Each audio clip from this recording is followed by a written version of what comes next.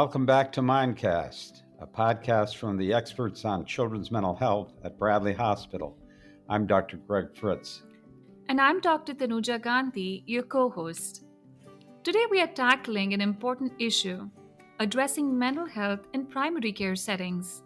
And we have a new guest with us, Dr. Allison Manning. She's a pediatrician and child psychiatrist at Bradley and Hasbro Hospitals and the clinical director of a program called PDPRN. Dr. Manning, thank you for joining us. Thanks for having me. Mental health conditions in children are more common than many realize. Up to 1 in 5 children experience a mental health disorder in a given year. Despite this prevalence, there are significant barriers to accessing specialized care, with a severe shortage of child psychiatrists. One thing that I'm very certain of is that patients and families often prefer to have mental health concerns addressed in the familiar setting of their primary care office. I know that's true, but why do you think that is? What reasons are behind that? Yeah, I think many families have been seeing their PCP since their child's birth. There's a comfort and familiarity there. There's usually a long-standing relationship and established trust. It's generally convenient and easy to access.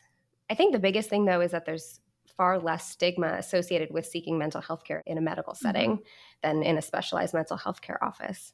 I heard from some of my colleagues and have had these conversations with pediatricians and PCPs before that sometimes, given the complexity of the cases they're seeing in their offices, they might feel like there's a lack of training to effectively manage some of the more complicated psychiatric conditions. What are some of the common gaps in training that you have observed? Yeah, this is a major issue. Thanks for bringing this up, Tanuja. I think we don't want PCPs to be managing complex psychiatric disorders, but even basic anxiety, depression, ADHD, there are significant gaps in training. Programs that train pediatric primary care providers have really not caught up with the mental health epidemic that we're seeing. And while trainees are taught the basics of psychiatric disorders, there's really limited exposure to assessment, diagnosis, and managing pediatric mental health conditions during the training. We really haven't done a good enough job in preparing graduating trainees for practicing in a busy clinic where up to 70% of their patients come in with mental and behavioral health complaints. But thankfully, this is an area that the ABP is working to address with new mandatory trainings for pediatric residents. So this is also where PDPRN comes in, right?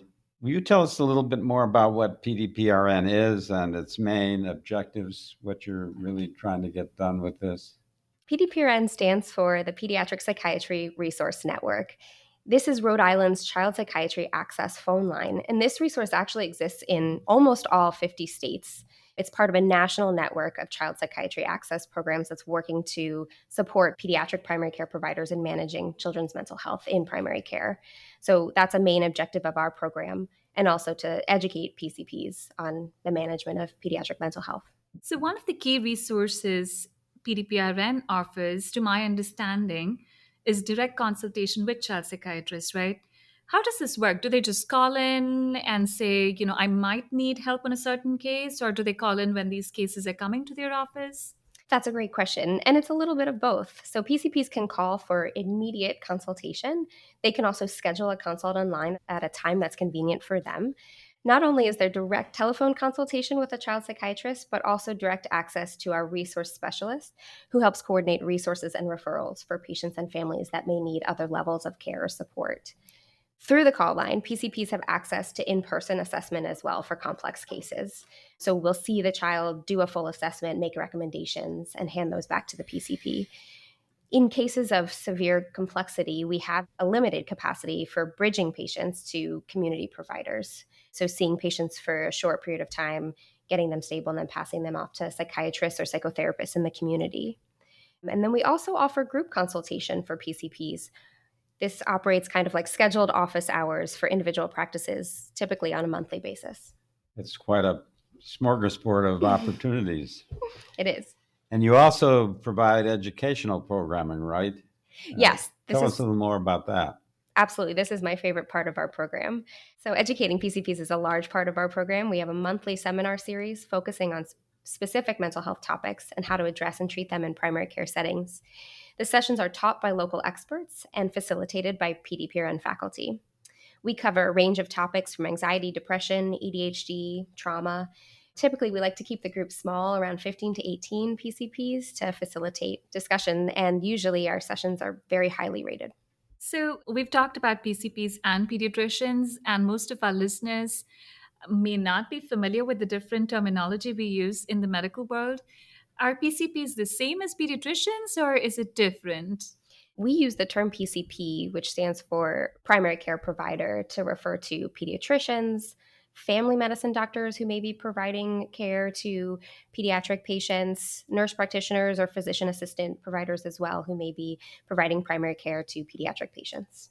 So, if a family physician or a family doctor needs help with taking care of a child and they might have known the family for generations, they can call PDPRN? Absolutely. Any provider who treats any child patient, even those up to age 21, if they're seeing a pediatric provider, that provider may call PDPRN.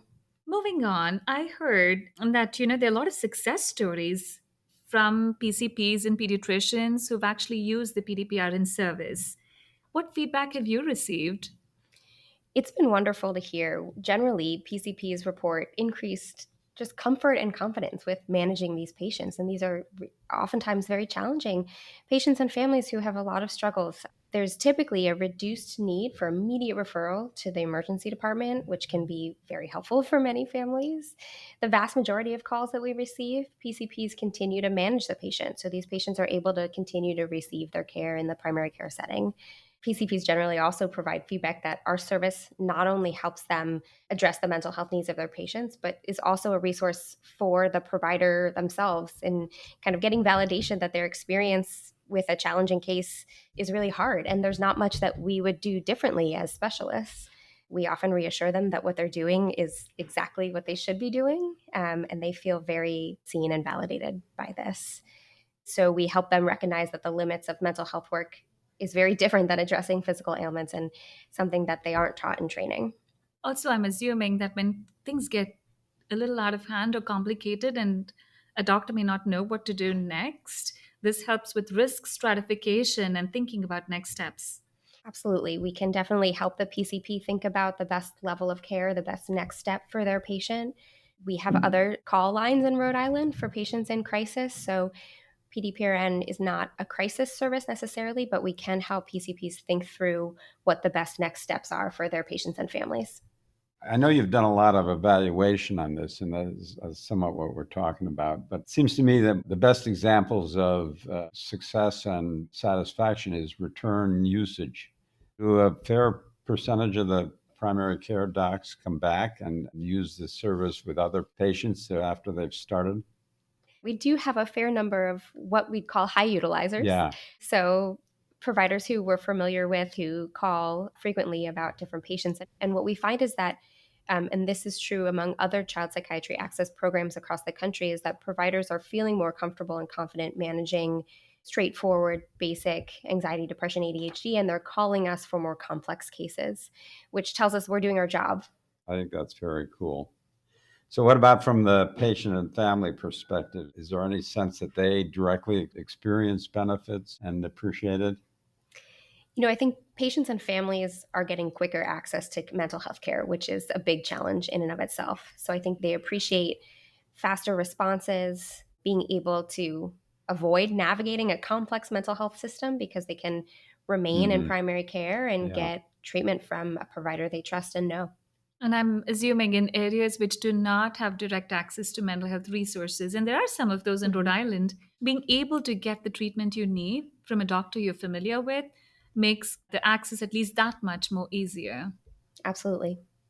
I wanted to ask you a question before we wrap up. In my experience, when you're dealing with other doctors, or physicians, or providers, and patients, there are always some really heartwarming stories that come. Is there anything that you'd like to share that comes to mind today? I think of a case of a provider who I interact with regularly at Hasbro and who's called the line and spoken to me several times about different patients, and everything that It's basically just seeking reassurance from me. She always has the plan, right? And she knows what she's going to do, but she just wants to run it by me and make sure it's okay. And I think it's one of the most rewarding aspects to just tell someone you're doing the right thing, you're doing everything that I would do, and just hear the reassurance that they experience in that as well. So I find that to be one of the most rewarding aspects of the work. I was just going to resonate with that it feels so much better to feel like you have a lifeline and a connection if you get in over your head, that it makes you more comfortable in the water. Exactly. Very cool. And in a specialty that you don't have training in. When you were talking, I was thinking of my experience with complicated pediatric situations when I lean on the pediatrician to say, I know this is the next step, but basically I need your blessing. Mm-hmm. And it feels good to collaborate and lean on each other for the specialties we're not trained in or don't keep up on a daily basis. As psychiatrists, part of our training is receiving supervision and talking through some of these challenging cases in a supportive way. And pediatric providers don't have that. So they're almost operating in isolation with some of these really tough cases and dealing with vicarious trauma. And so it's also helpful to be able to have that listening ear to just talk through some of these challenging situations. This must be particularly true, when you talk about isolating settings, if you're working on your own or have a small practice or a private practice. Because in academic settings, you can still find supervision opportunities, but it's harder when you're doing work in like areas that really have that need. This has been a very illuminating and rewarding conversation for us as well. I will say if you're a PCP looking to provide care and improve your ability to manage mental health conditions in your practice, and you are located in Rhode Island, please consider reaching out to the PDPRN program at pdprn.org when you need it. And for our listeners, if you are a parent or somebody who lives in Rhode Island and you need mental health care in the moment, don't have resources, or would like to get connected, you can always talk to your PCP about the PDPRN program to get connected to further resources, or at least, like we've discussed, a lifeline when it's needed. For our listeners, if you have any questions or topics you'd like us to cover, please do get in touch with us. Follow us on Facebook at Bradley Hospital and our podcast at www.bradleyhospital.org/podcast. Thank you for joining us.